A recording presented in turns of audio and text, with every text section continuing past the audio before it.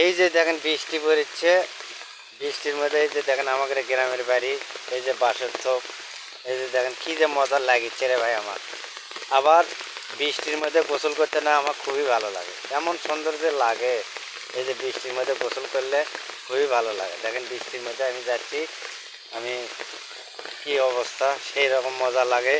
আপনাদেরও মজা লাগে নাকি না মজা লাগে না? আপনারা তো শহর এলাকার মানুষ, তা হয়তো আপনাদের হয়তো ভালো লাও লাগতে পারে। তাই সেই জন্য যে বৃষ্টির মধ্যে আমরা যাচ্ছি এক জায়গায়, দেখি কি অবস্থা হয়।